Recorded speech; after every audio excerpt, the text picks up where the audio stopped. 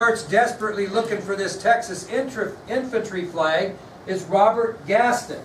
He sees that it's down, he doesn't know where it's at, so he gives up the fight, so to speak, and desperately looks to try to find this flag because he knows if they don't get the flag up, they're not going to get help from the people that are fighting with them because they don't know where they're going to be and they're probably going to get wiped out.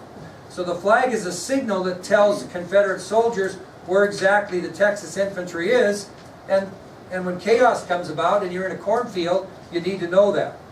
Well, the Union forces rally. That's the fourth one we're talking about, the retreat and rally.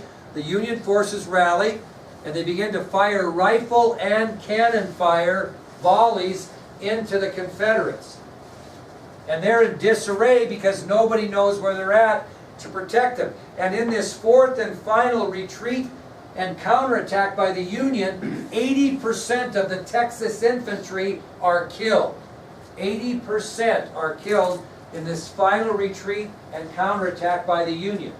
So the Union takes over the battle. They start firing rifles and cannon volleys into the Confederate soldiers who are in total chaos in those cornfields. And over 80% of the Texas infantry are killed during this assault, including Robert Gaston. William will survive, Robert will not. You know where they found Robert Gaston? They found him lying dead on top of the Texas infantry flag. He had found it, but was killed almost immediately afterwards. So 80% of the Texas infantry are killed during this assault, including Robert Gaston, and Robert Gaston was later found dead lying on top of the Texas infantry flag. In the end, about 40% of the men who served in Battery B also were killed in the cornfield fight. But John Johnson was not among those. Johnny Johnson would survive this battle at Antietam. He would also survive the Civil War and later receive the Medal of Honor for his heroics in the Civil War. So Johnny Johnson is going to live, not only in this battle, but throughout the war. Well, after the Union won this battle of the cornfield outside of Antietam Creek, what did Lee have to do? Retreat.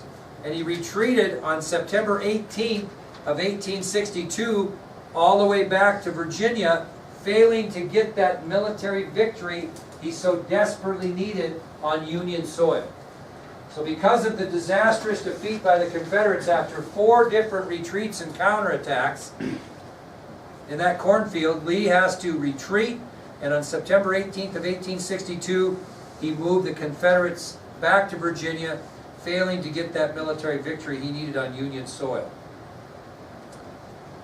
Now, casualties during this battle were pretty high. They estimated about 21,000 on both sides. 21,000 on both sides. And of those 21,000, they estimated that about 4,000 soldiers were killed in battle and another 17,000 were wounded. So casualties were pretty darn high.